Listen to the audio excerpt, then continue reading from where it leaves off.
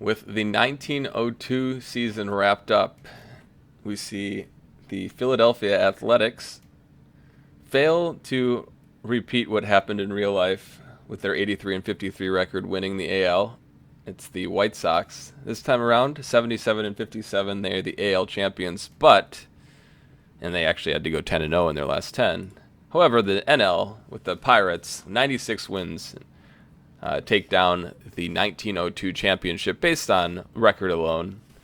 The NL victors, and 2 years in a row, the Pittsburgh Pirates have the best record in the MLB, which is exactly the same as real life. Now I'm starting to second guess myself. Nope, that was right. I was thinking how good Chicago did the year before, but Pittsburgh did win the year before. So Pittsburgh 2 in a row, and unfortunately there was no World Series, so nothing to show for that. Looks like Ed Delahunty leads the AL in batting average this year, 388. Actually, these are combined leaderboards, so it leads the MLB. Ginger Beaumont and Emmett Heydrich right behind, 365 and 364. Sox Seabold hits 15 homers. Buck Freeman from Boston with 14. A couple of guys have over 100 runs batted in there. And the stolen bases seem similar to last year. I remember there being 42. So right there, 43, 43, and 42. Honus Wagner, Jimmy Barrett, and Ed Delahunty really succeeding to get on base. Pop Williams and Jesse Tannehill fighting for that ERA crown to the very end, and Jack Chesbrough and Cy Young tying for wins. Christy Mathewson, although not much run support there in New York, it's harder to get wins for him, but still 185 Ks, pretty good year. Saves don't really mean anything, it's very random because they didn't really use bullpens. It was just if the pitcher wasn't doing well, they took him out and then they put someone in to finish the game. Or if they needed to pinch hit sometimes, they would do pinch hits and late in the game, and then a starter would come in and finish the game. Noodles Hahn, 9.7 WAR. It's impressive. Rube Waddell with a great FIP. He strikes out a lot of batters. And Vic Willis over 400 innings pitched.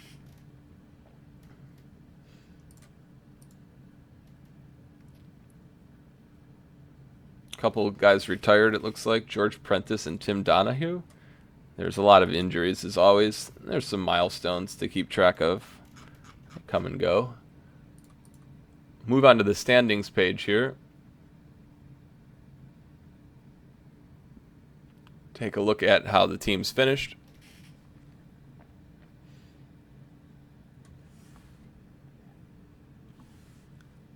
We have the leaderboards on the side. The Cleveland Broncos, we talked about in the last video how I thought this year was going to be the year that the things would turn around. In real life, they did go 69 and 67. We fell 3 games short of that. It was very rough. I'm not going to go into the schedule yet, but a very rough August. Apparently, the team chemistry just did not change from last year, and it's just been rough. So a lot of games where they just couldn't hit. And even though we had a lot of good pitching this year, it wasn't enough.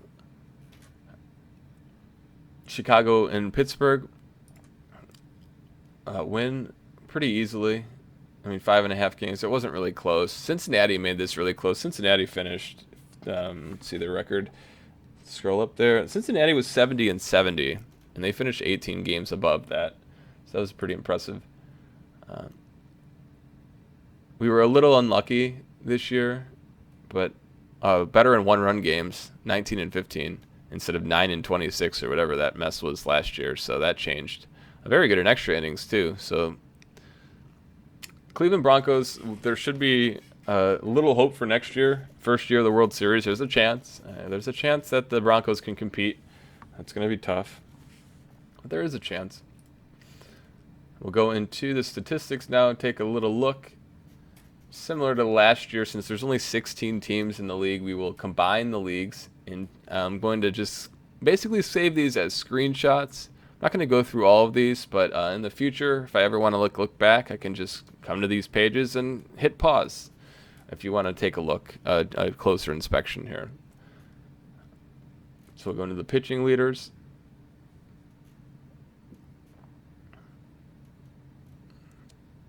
Hot and cold. I don't know if this is relevant. Probably not. What kind of streaks do we have here?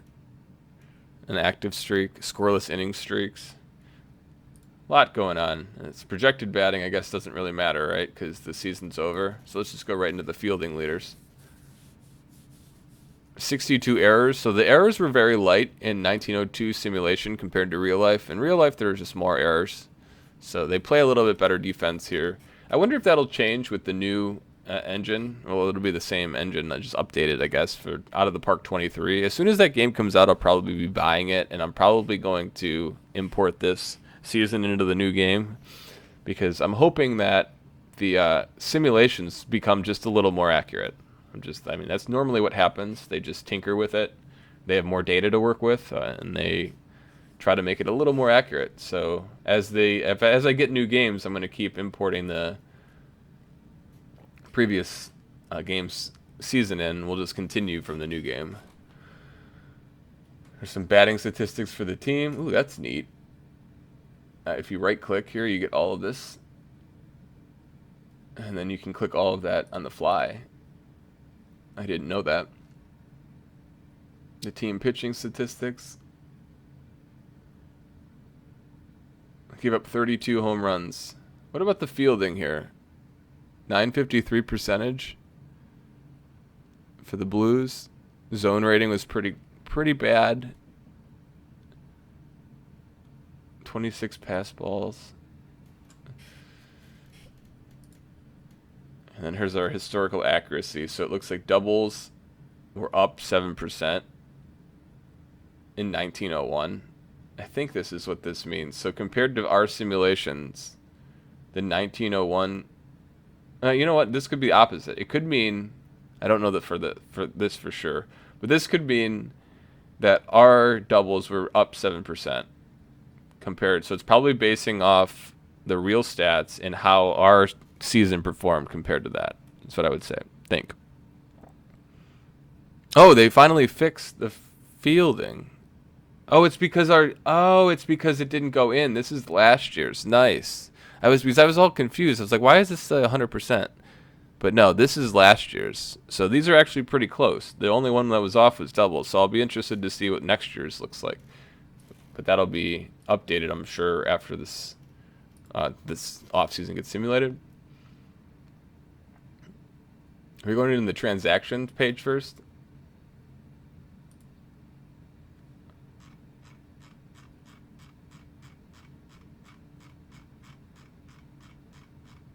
These are the historical transactions that were executed in real life. And each day the game checks for the historical transactions and it updates the rosters accordingly. So here's a quick scroll of all of the transactions that happened both in real life and in the game to keep this as accurate as possible.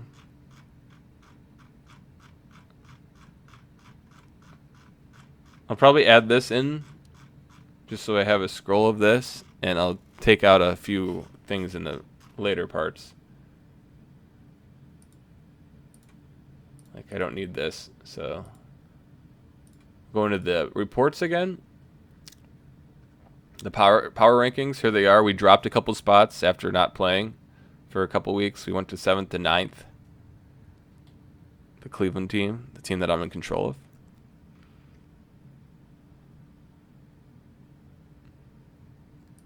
We get news. We don't really need the news.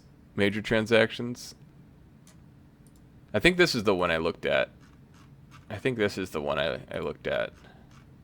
I just looked at the Cleveland Indians ones. But this is the one I might look at next time. I might just skip the transactions page for the next year's video and go right into this one because this is an easier scroll. And then it's October.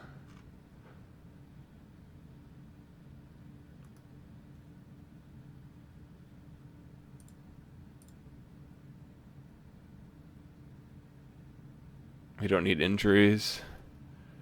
Team versus team. There we go. How did we do against the teams? Really bad against the White Sox. They're fast. They hit really well. And Boston beat us down too. We were good against Washington and Detroit. Pretty mediocre overall.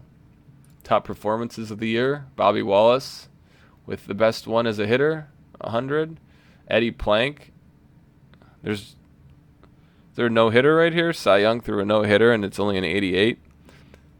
Because, yeah, I guess it makes sense, because this guy's going like 14-inning shutout. It's pretty good performance there. Positional strength. Guess I'd go a little slower here.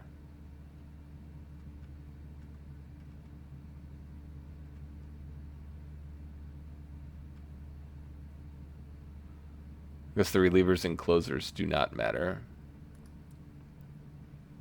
The top systems, there you go, that's a good one. Wow, the Orphans.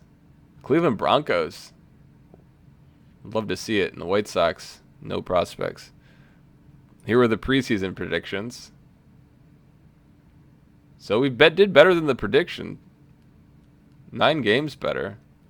But that's because we didn't have Knapp, Lajoie, Elmer, Flick. We had nobody on the team yet. And I don't think the prediction took into account who we were going to get on the team. Our batting report. Pitching report.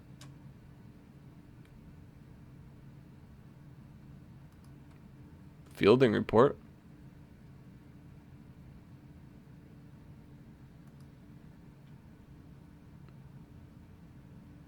That would be the injuries. Schedule grid. We looked at that last time. Don't need that. Rookie draft. Don't need that. Team power rankings. We'll look at this really quick. Top prospects. Why not? Oh, we have the best prospect, Addy Joss. He was okay. 15 and 15, 316. He did pretty good, actually. He did pretty good. Top players. Honus Wagner leading the way. And Noodles Hahn. Like, Cy Young's the 4th best pitcher, so it's going to be the Noodles Hahn Award? I don't think so. Positional strength. Quick scroll of this.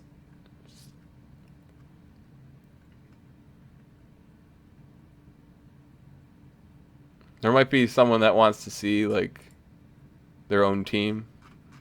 Like, not everyone would care about Cleveland, so I'm trying to get this. So if you want to, like, pause the St. Louis Browns, if you care about their history or whatever, you can get it from just how this, in this parallel universe, too. I mean, like, I use Baseball Reference on the side to check and cross-reference things that are going on.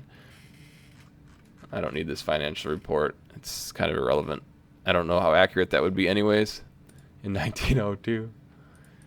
All right, so that's the league reports. Did we do it into the league history last time? 1902, there we go. Yeah, league history.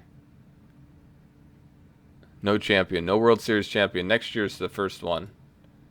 That'll be the first one. Pittsburgh Pirates, 1901. And then they won in 1902, right?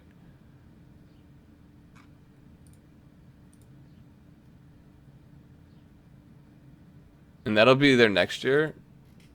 So I don't know when this is going to update. I kind of want to check it now. Will it update right now? No.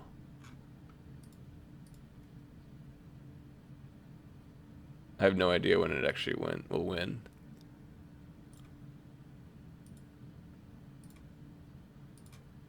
Oh, go back.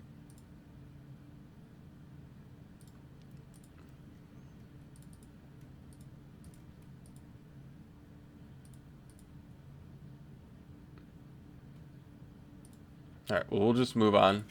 We'll check that next year, and I'll try to figure out how to get this. Like, I don't know when. What I wanted to make sure that happened is a lot of the times after the season ends, if team names change, they're executed like immediately. So I wanted to get this video done with the team names from 1902 and all the 1902 stuff intact. So I'm not exactly sure when all that would change. Here's some Hall of Fame inductees.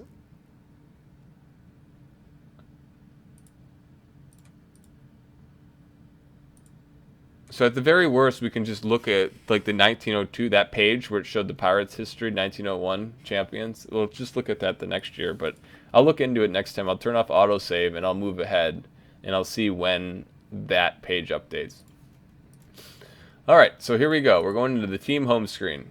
Here's the Cleveland Broncos. Elmer Flick led the team with 330 average. Bill Bradley 321. Harry Bay 307. I'm not sure where Nap Lajoie is. He didn't play enough? Not qualified here? I guess he didn't qualify. Not enough at bats. 365 seems like enough. But Larry Lajoie. He had a pretty good year. I mean, our team really underperformed. I thought we'd be in great shape. We had a pretty good supporting cast. This shortstop, Gotchnar, he's the one weak link there.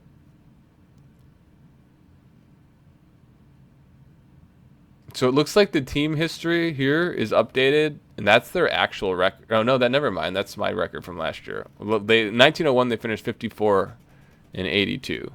And here they were 53 and 83. So career leaders, Cy Young, of course, with the Cleveland team. Here's our chemistry, just feuding again. We have Larry Lajoie. We have all these players, and no one wants to step up and be the captain. And it's like I can't even do anything about it. I can't make someone the captain, apparently. So the guys that we got, yeah, see, he's the Philadelphia Athletics.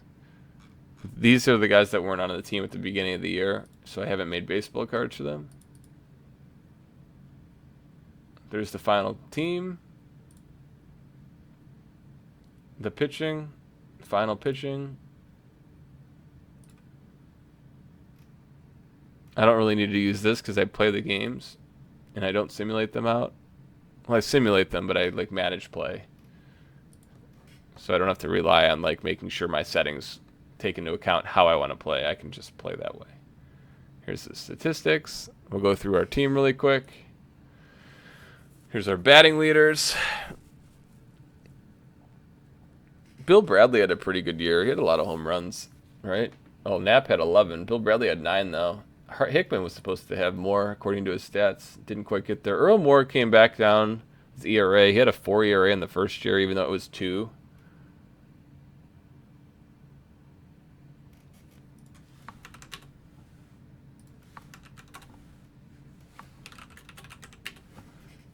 The fielding leaders. Hickman was their first baseman. It's not surprising. And then the catcher is next with the fielding percentage.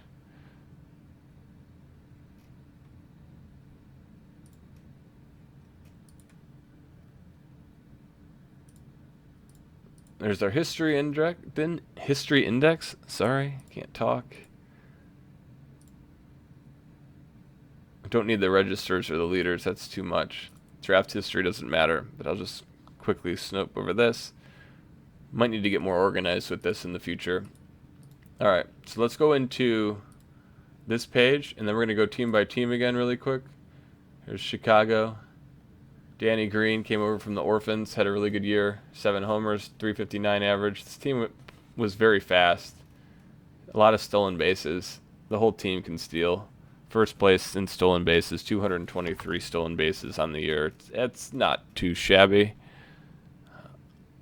They did really well. Boston, Cy Young on the team. Cy Young had how many wins this year? 27 wins and 15 losses.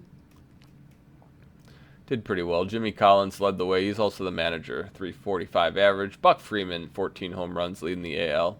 No one got to 100 RBIs, though. Buck was pretty close. Last year, he got to 128. You got the Philadelphia Athletics, who did win the AL. They finished 83 and 53 in 1902. They didn't quite get there. Sox Seabold, though, I apologize for saying Buck Freeman led the AL. Sox Seabold led the AL, 15 home runs, 345 average, almost 100 runs batted in, so slightly lower on the runs batted in this year compared to last year. Rube Waddell is just a strikeout machine, 166 strikeouts there, 233 innings. It's the most strikeouts, I think, in the league.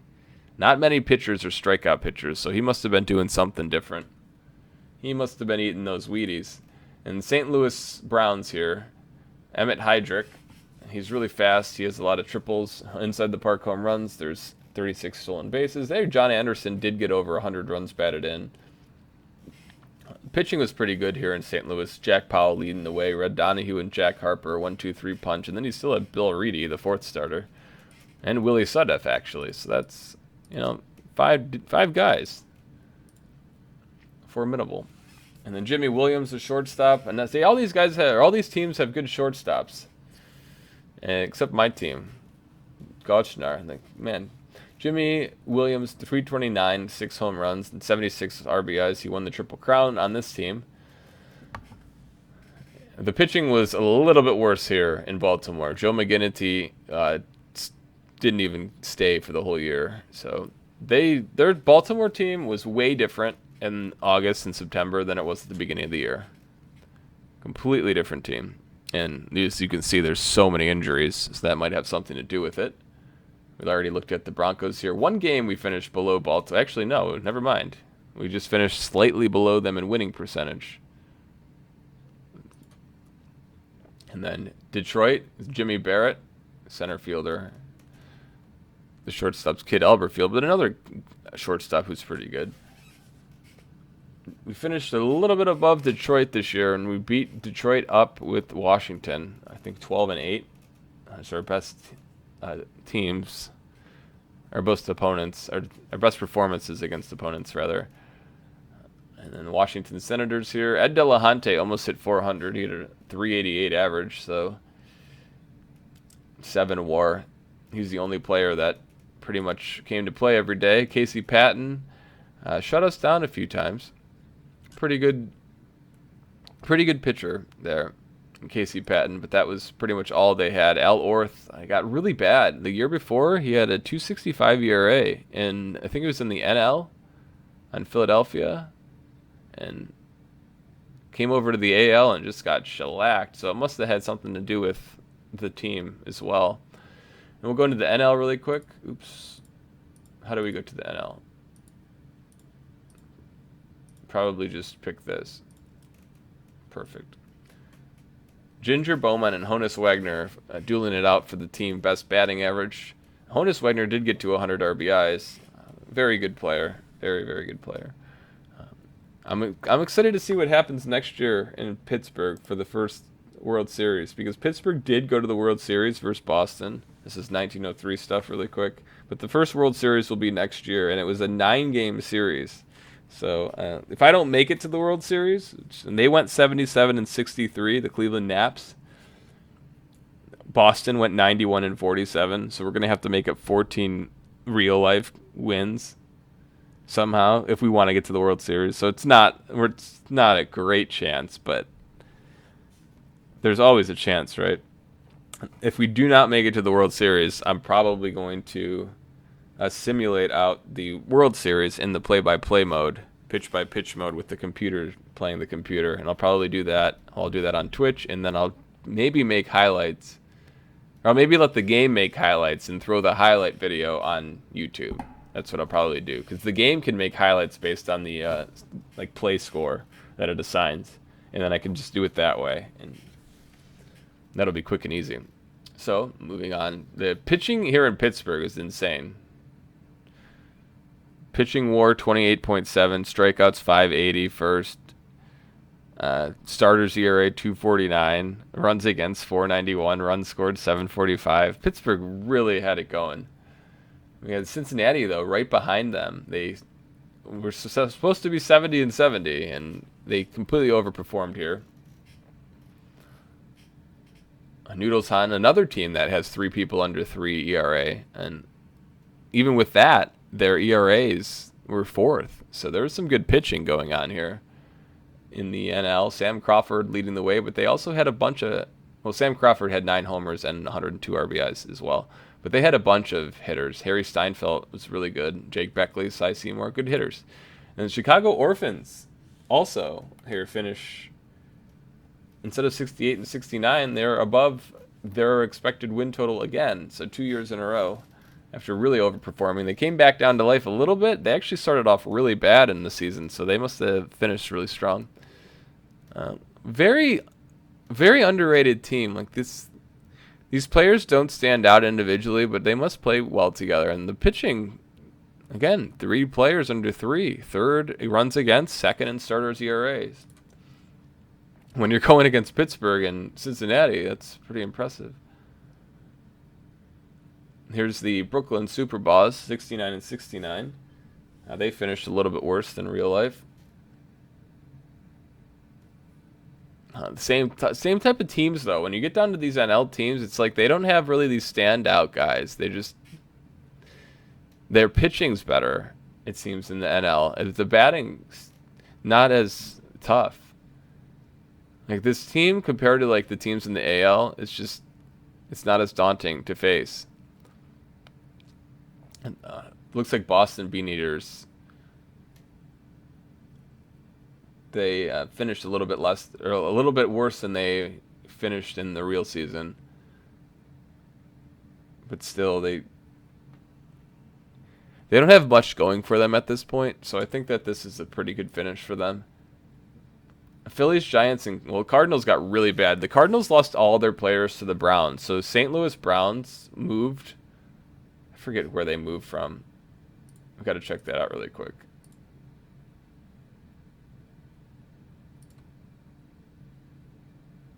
Where's the history? Milwaukee Brewers, that's right. So they moved from Milwaukee to St. Louis, right? And a bunch of the good players from the Cardinals came over to the Browns. So the Cardinals got horrible because of this. They lost their good players, so they had to like sign players that just weren't as good, and when that happens in baseball, you don't win. And the Giants have one of the best pitchers in baseball history, Christy Mathewson, and that's pretty much all they have. But he's very young. He's 22 years old, so he'll be in the league for a long time. But their pitching was pretty good. They got Joe McGinnity over from Baltimore towards the end of the season. Again, another team that just doesn't have the pop in the lineup, so that you can't count on them to score much.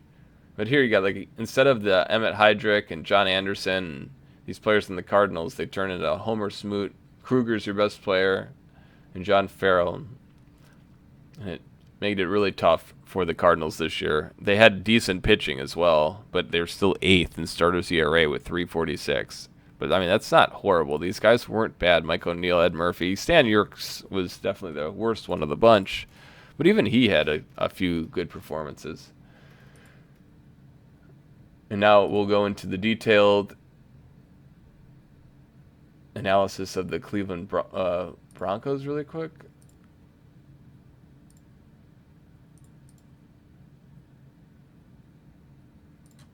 I did most of it. Let's just go through the schedule. And I think it's manager mode, right? I'm at 28 minutes on the recordings, though. I was hoping for like 30. But I don't want to miss stuff that I put in last time. Just going over the schedule. Here's the info. Pretty poor. 6, 8, 7. There's only 8 teams. There's not 14. So, pretty poor.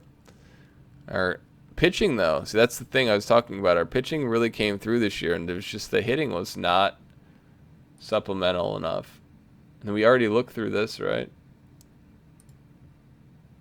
It doesn't look like it. I don't think I actually looked through this because of all these photos. I might have because they're loading.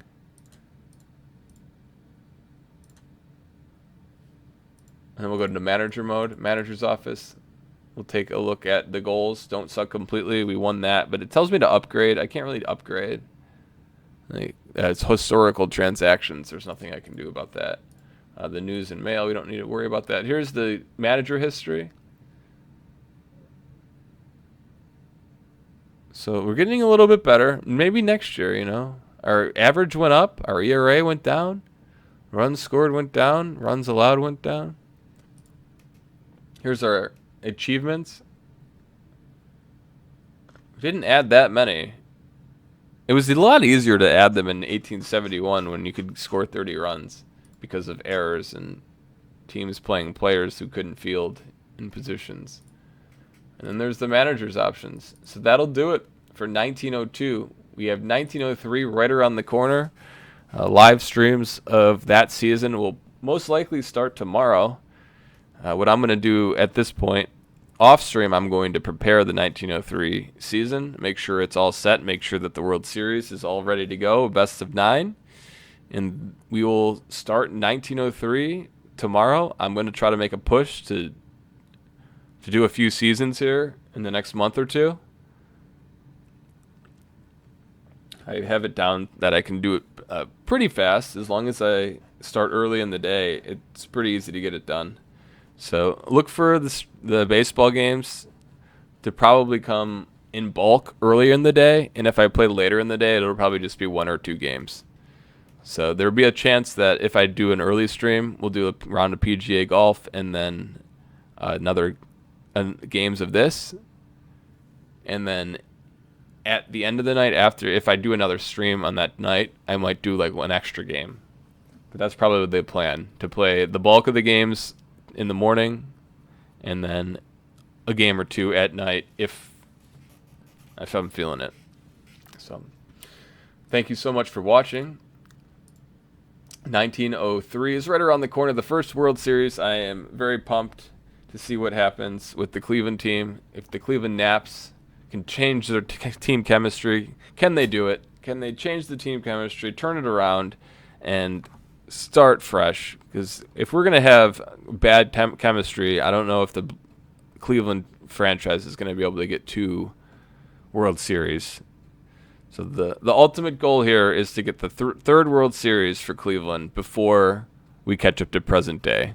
So maybe next year, right? Maybe next year.